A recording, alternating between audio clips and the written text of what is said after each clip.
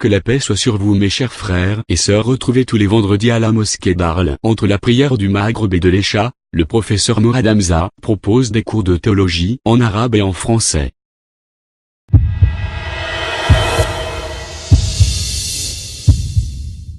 Avant que l'imam se retourne. Pourquoi? Non. Pourquoi? Parce que des fois l'imam il s'arrête. Des fois l'imam il fait des choses dans la prière et il faut qu'il fasse un sujoud. Donc tant que l'imam n'a pas bougé, tu ne bouges pas de ta place. Quand l'imam se retourne, ça veut dire que la salat est finie. Vous avez compris les frères? Voilà, c'était juste une remarque. Alors pour finir sur salat al-janaza, on finit juste, il y a 2 ou 3 points encore à regarder. Donc on disait que le shahid, là il salla alayhi.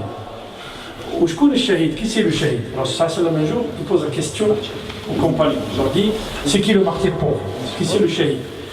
Ils disent le shahid, c'est celui qui meurt en combattant fi sabilillah. Il dit donc les martyrs dans la nation, dans la communauté, sont peu, sont pas beaucoup. Enfin, alors ça, Salam leur a expliqué que la femme qui meurt en posant, en accouchant, shahid. Al-Mardoum, shahid. Al-Mardoum, c'est quelqu'un, comment dire? Qui tombe seul. Ouais, donc c'est par exemple une maison qui se casse et tremblement de terre, voilà. Ou comment? Un éboulement. Ouais, un éboulement, ouais. Al-Mardoum, c'est quelqu'un qui reçoit le toit sur sa tête. Ok? Al-Mardoum, shahid. Al-Mahrouk, shahid. Celui qui meurt dans un incendie, shahid. Al-Martoun, shahid. Al-Martoun, celui qui a eu un problème à l'estomac, une maladie à l'estomac et qu'on lui a enlevé son estomac. Ça, c'est un shahid. Al-Mardoum shahid, Al-Mahrouk shahid, Al-Gharib shahid. Celui qui meurt noyé, c'est un shahid. Mais attention, il ne va pas à la mer sans prendre de précautions et il dit moi je vais être shahid. Non. D'accord. Ouais. Donc tout ça, c'est de shuhada. Mais ceux-là, on fait la prière sur eux. On est là et on fait la prière sur eux. Ok? Shahid al-Ma'raka là. لأن الله سبحانه وتعالى قال أحياء عند ربهم يرزقون. Ok? D'accord.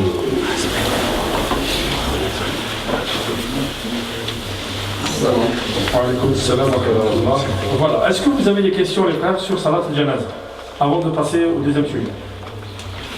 Est-ce que vous avez des questions sur Salat al-Janaza? Non, il n'y en a pas? قلت اللي ديرهم 5 ركعات 6 ركعات و7 ركعات. مش ركعات.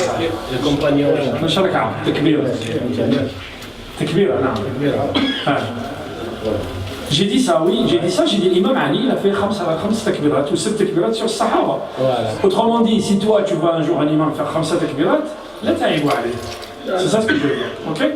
Et comme je vous ai dit, quand vous allez au bled, vous assistez à des janazas. Quand vous allez à la Mecque, Salat al-Janaza, vous savez combien, ceux qui sont allés? Combien? 5 fois par jour. 5 fois par jour. Vous faites le janaza. Et je peux vous assurer que quand vous faites le janaza, Salat al-Subh, et que derrière vous suivez le janaza, si vous êtes à Al-Madina par exemple, le Baqi est juste à côté. Vous allez enterrer quelqu'un après Subh, je peux vous dire que vous regardez la vie autrement après. Je peux vous assurer que vous regardez la vie autrement après. Parce que on y passera tous un jour, voilà. Sur qui on prie pas?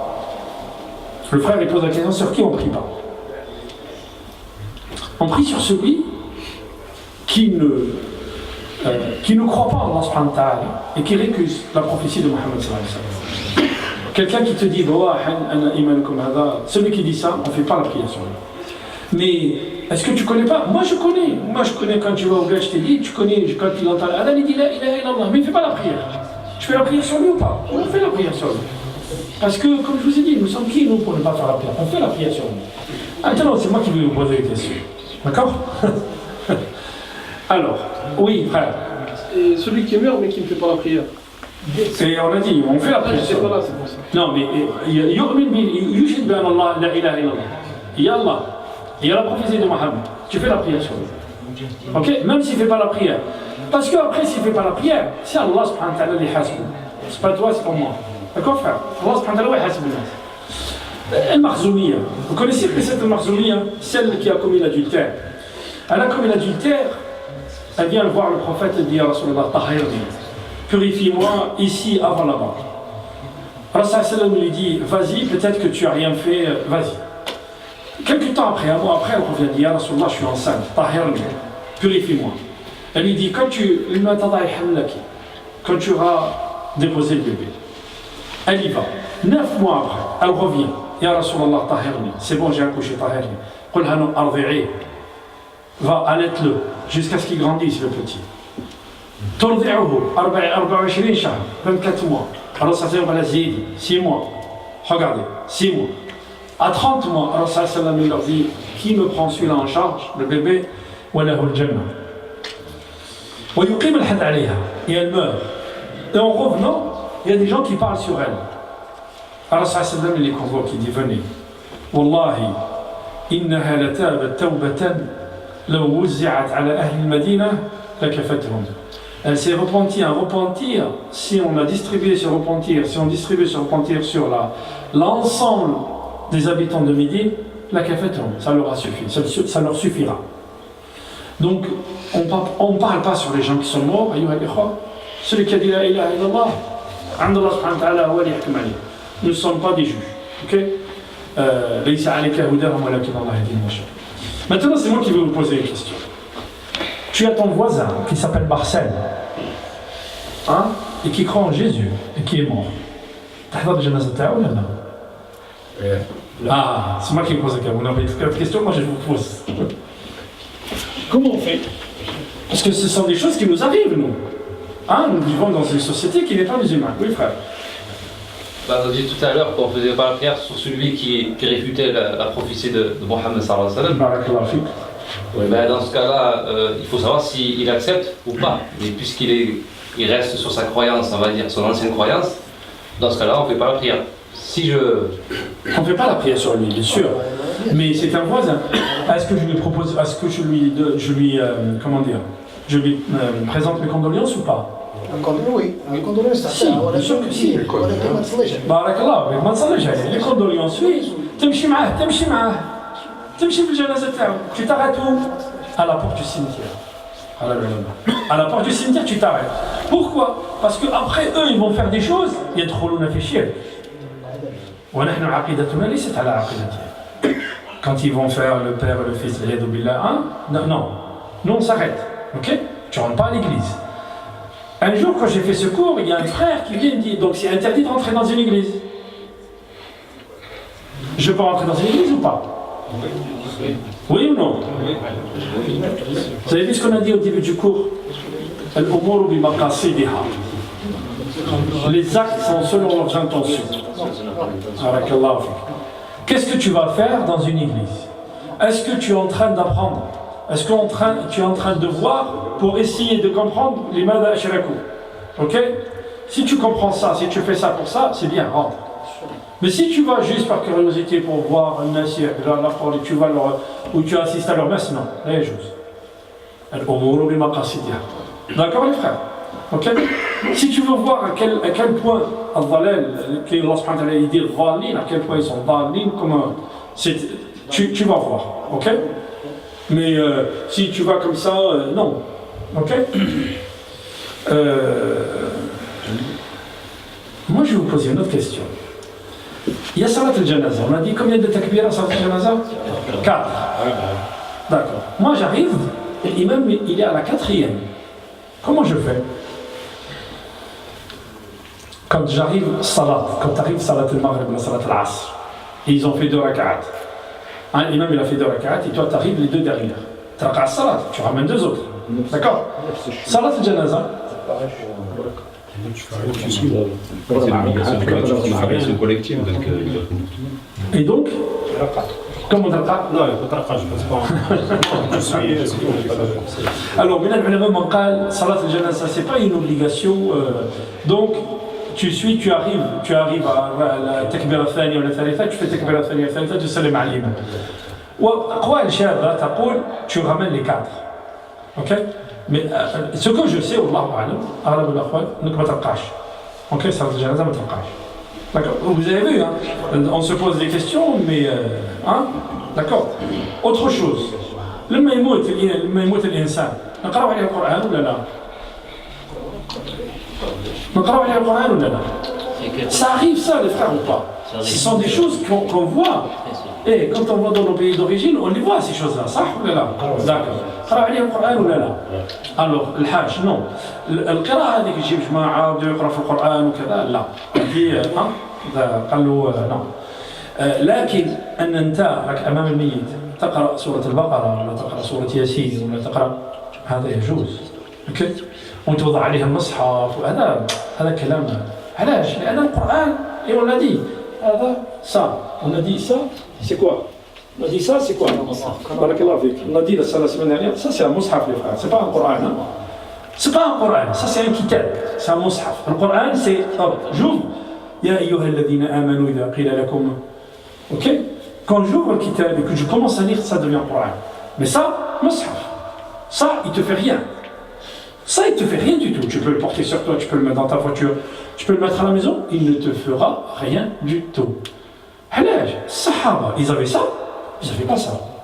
الصحابة le Coran il était dans leur cœur, il était dans leur comportement de tous les jours. Ça c'est un mushaf. Et nous, hein, comme on a fait, comme Banu Israël. Comme Banu Israël. Et là la transition sur le second sujet ayyuha al-ikhwa. Donc on a fini Salat al-Janaza, on part sur la transition. Allah subhanahu wa ta'ala, est-ce que vous savez qui c'est Israël déjà? Quand il parle de Bani Israël في القرآن يا بني إسرائيل اذكروا نعمتي التي أنعمت عليكم وأني فضلتكم على العالمين. يعقوب بارك الله فيك. شكون يعقوب؟ Qui c'est Yaqub? Le père de Youssef et le fils de? Là. Ishaq بارك الله فيك. Le fils de Ishaq. Alors suivez bien. Ibrahim alayhi salam, il a deux enfants, il a deux femmes. Il en avait trois. Mais les deux femmes qui nous concernent. Donc il avait Sarah et il avait Hajar. Ok? Hajar, elle a eu Ismaïl. Sarah, elle a eu Ishaq. Je crois qui c'est le plus grand? Ismaïl. Ismaïl, Sarah, elle ne pouvait pas avoir d'enfant. Elle était stérile. Donc Allah subhanahu wa ta'ala lui a dit de prendre Hajar.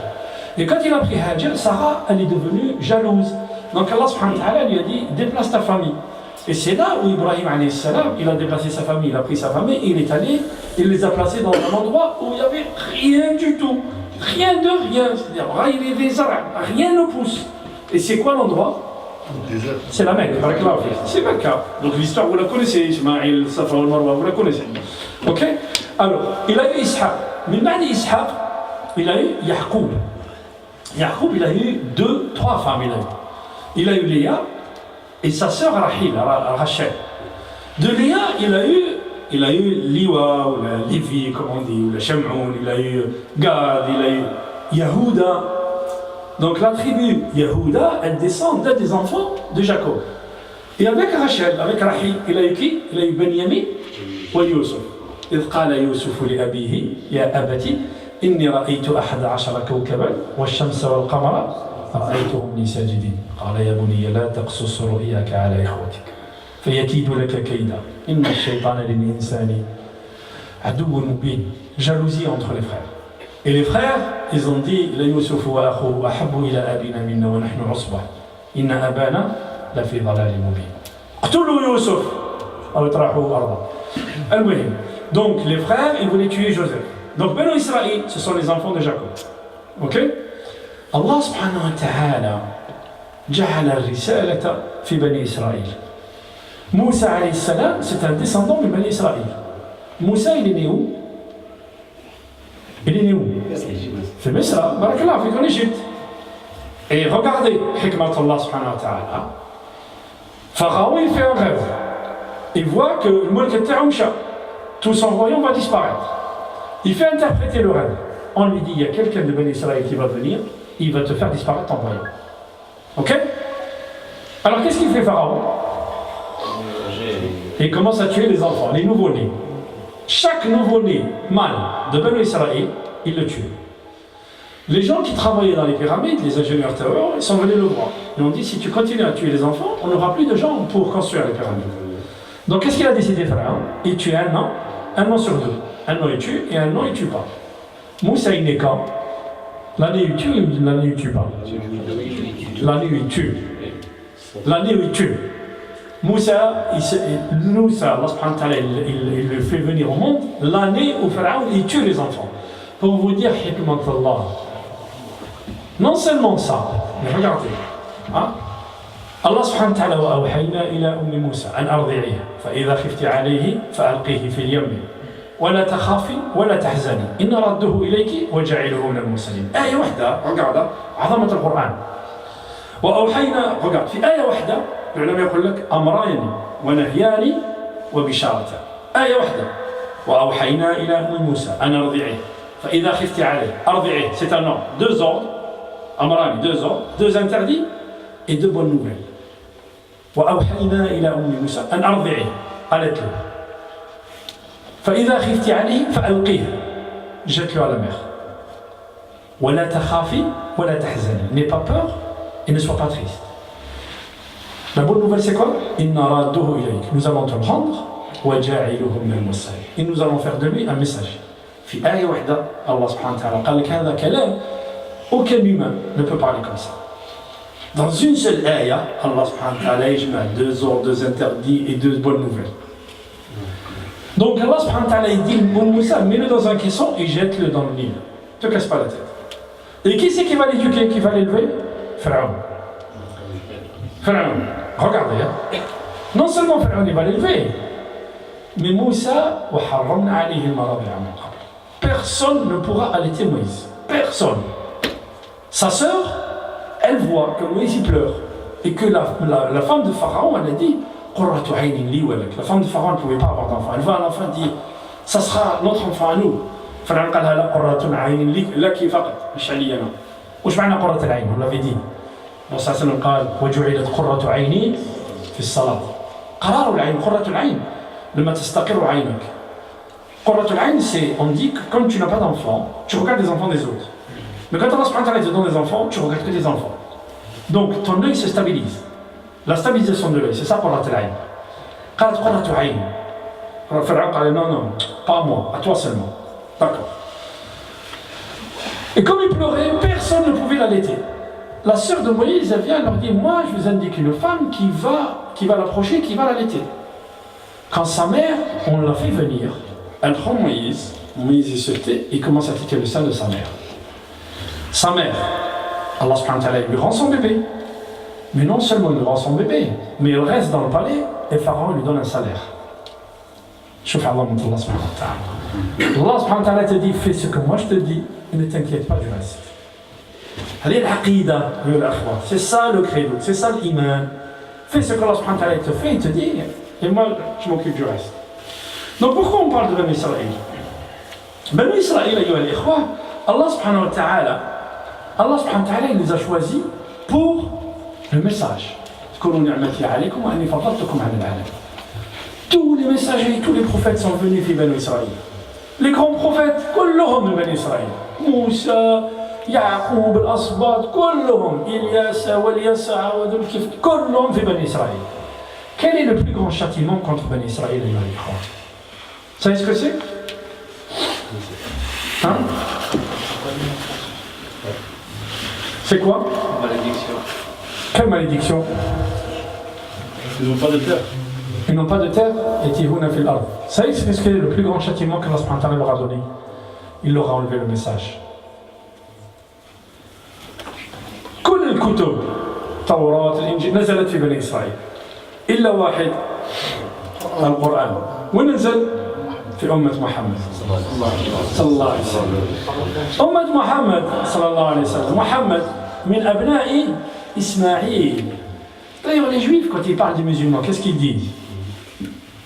Les Hagariens, le Hagarisme, les Hagariens min Hajar, ok, sont les descendants de Hajar.